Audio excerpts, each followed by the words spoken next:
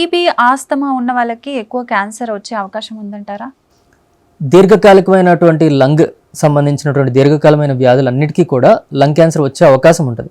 Like మీరు చెప్పినటువంటి TB కావచ్చు, రెండోది ఆస్తమా కావచ్చు, ఇంకోటి సిఓపిడి అంటాం, chronic obstructive pulmonary disease.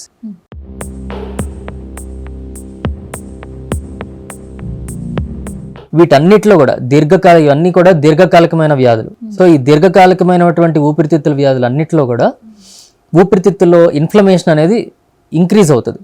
So inflammation ప్రొలాంగ్డ్గా ఉండటం వల్ల వాళ్ళందరికీ కూడా లంగ్ క్యాన్సర్ వచ్చే రిస్క్ అనేది ఉంటుంది, కొంచెం ఎక్కువ రిస్క్ అనేది ఉంటుంది.